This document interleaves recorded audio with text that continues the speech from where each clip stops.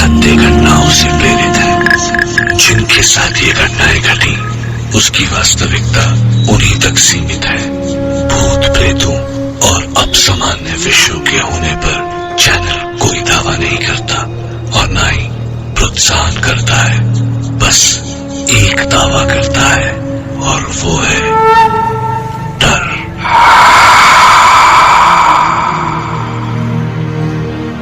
कहते हैं कल्पना हकीकत से ज्यादा बड़ी और अद्भुत होती है, लेकिन सच और सपने के बीच का फासला भी बहुत कम होता है।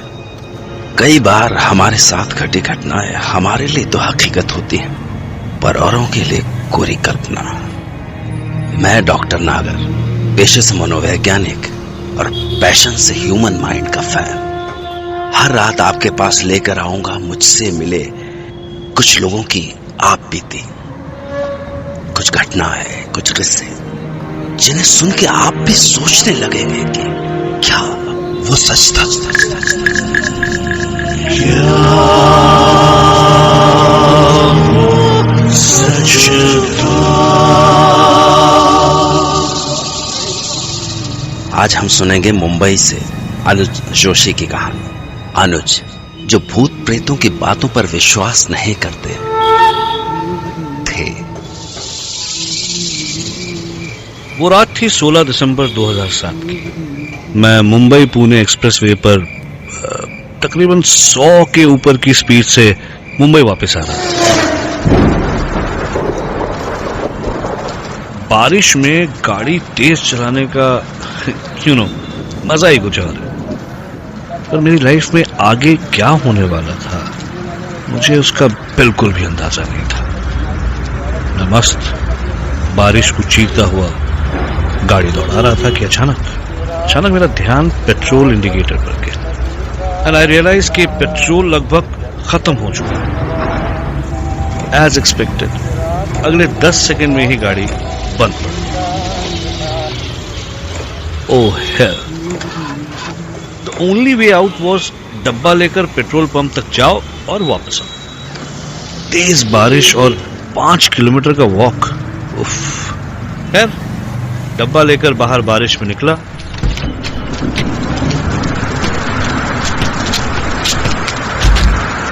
भगवान का नाम लिया और चल पड़ा। तब लगा जैसे भगवान ने मेरी सुनी, क्योंकि 10 कदम ही चला था कि देखा कि पीछे से एक गाड़ी चली गई। मैंने लिफ्ट मांगी और गाड़ी रुक भी गई। तो मैंने कांच पर नॉक किया, होपिंग कि मुझे लिफ्ट मिल जाए। लेकिन जब कांच नीचे हुआ तो पता नहीं क्यों एक अजीब सा डर लगा।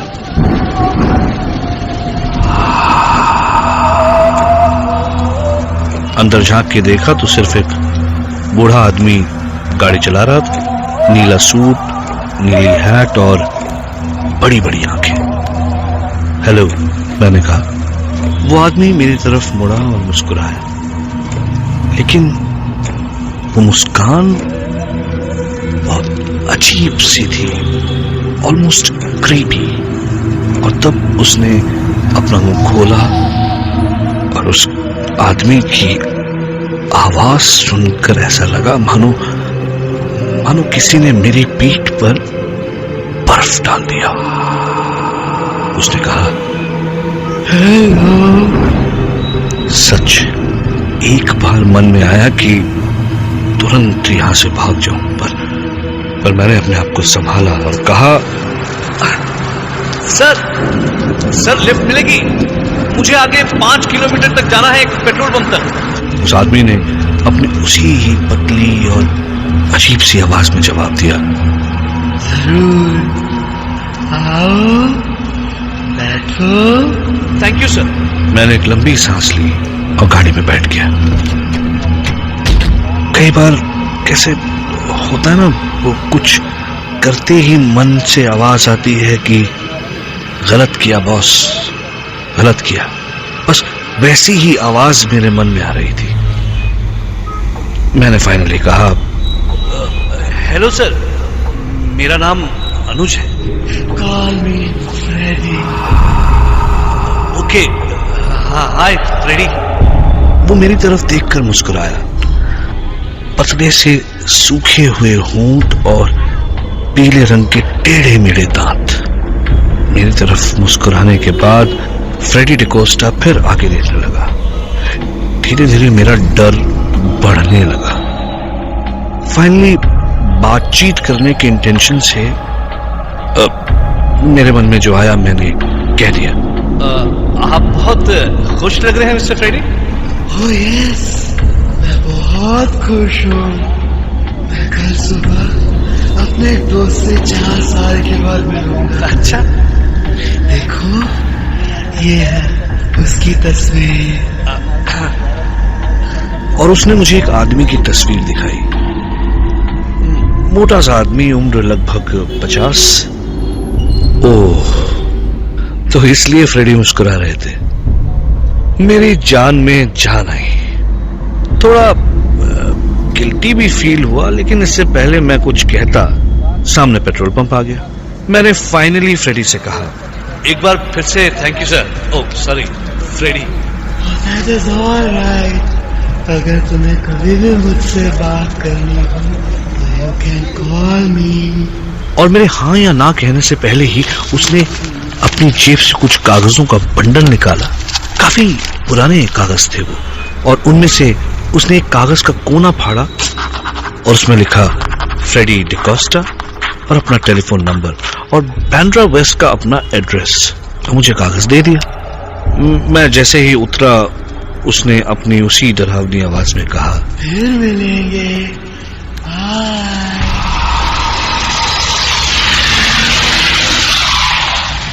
और तुरंत कार निकल गई। मैं उसके तुरंत बाद अपने कपड़ों को बचाते हुए पेट्रोल पंप में घुसा।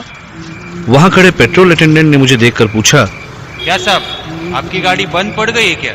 हाँ यार, तो अच्छा हुआ कि लिफ्ट मिल गई। लिफ्ट? काय का लिफ्ट साहब? आप कितने दूर से चलते आ रहे? सही मायने में मुझे अब डर लग रहा था। भाई मैं पेट्रोल पंप के सामने एक गाड़ी से उतरता हूं और पेट्रोल पंप के अटेंडेंट को दिखाई नहीं देता। ये बात बहुत अजीब थी। मैं जैसे तैसे अपनी गाड़ी तक पहुंचा और गाड़ी चलाते हुए फाइनली घर आ गया। अगले दिन सुबह उठकर ऐसे लगा मानो कि सब कुछ सपना था। लेकिन मॉर्निंग न्यूज में कुछ देखा तो सब कुछ याद आ गया। एक प्लेन क्रैश की न्यूज टीवी पर आ रही थी। मरने वालों की फोटोग्राफ्स दिखाई जा रही थी और उसमें से एक मरने वाली की तस्वीर थी। मैं तुरंत पहचान गया उसे। मुझे बहुत बुरा लगा। अरे ये आदमी तो वही है जिससे फ्रेडी डिकोस्टा 4 साल बाद मिलने वाला था। मैंने तुरंत वो कागज ढूंढा और उस नंबर पर कॉल किया।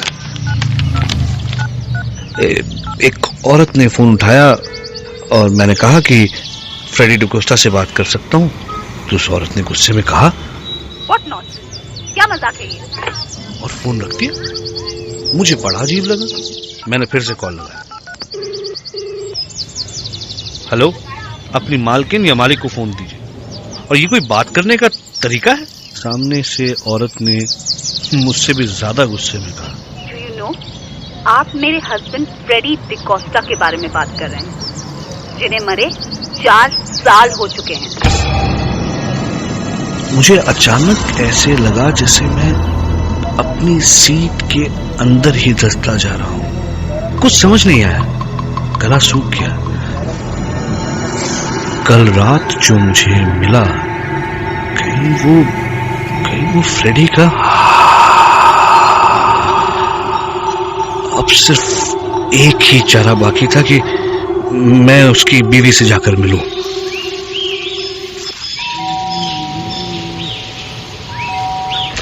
Yes, may I help you?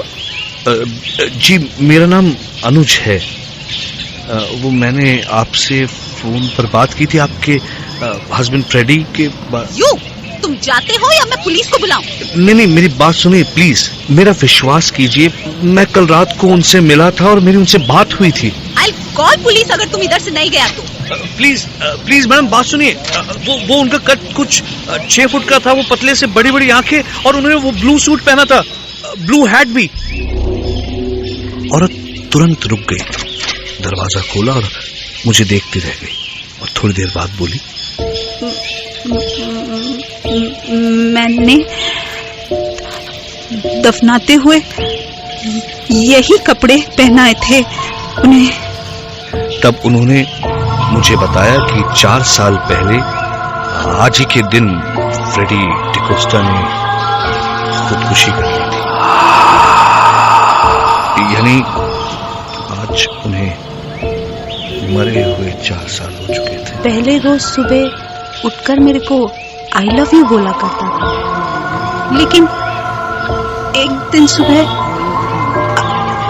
I love you के बदले उनके मरने की खबर मिली।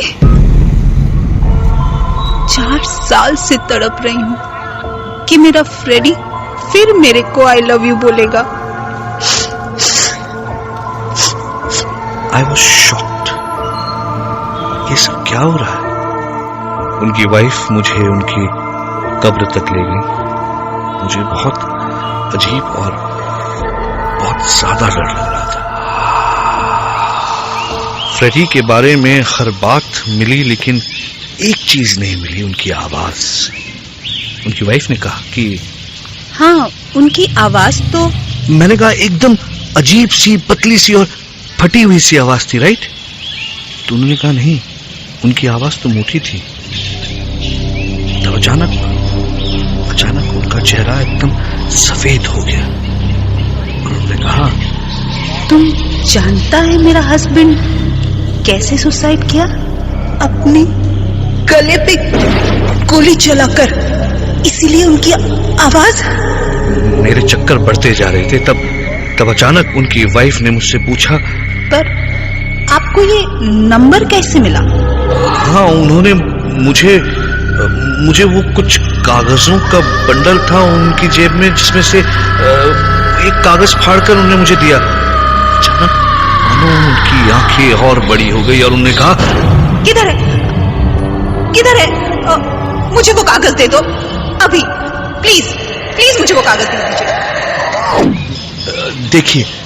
देखिए इसमें लिखा है फ्रेडी डिकोस्टा, ये फोन नंबर और ये एड्रेस।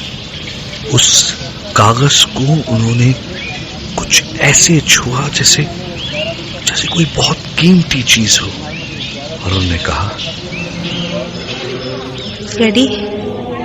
फ्रेडी आर्मी में था और मैं उसको हमेशा चिट्ठी लिखता था, और ये कागज तो।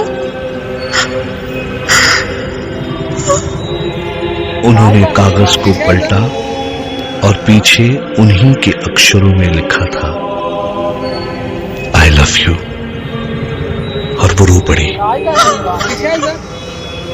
मैंने वो कागज हाथ में लिया और ऐसे लगा जैसे उस कागज में इलेक्ट्रिसिटी थी। मैंने कहा, देखिए ना, इट्स एज इफ फ्रेडी 4 साल के बाद आपके पास आए हैं और वो आपसे कह रहे हैं। जब मैंने अपने अगले शब्द कहने के लिए मुंह खोला तो मेरी अपनी आवाज मुझे अलग लग रही थी। मैंने कहा, आपसे वो कह रहे हैं कि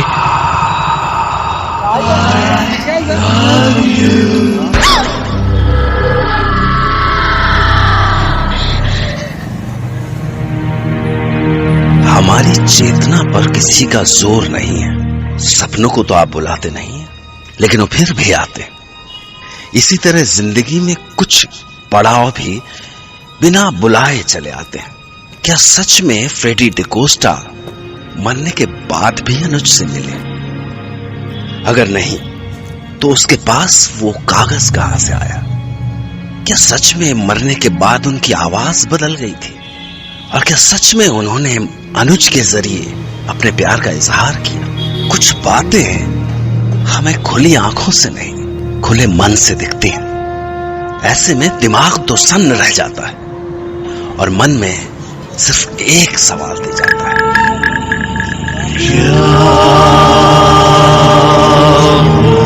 सच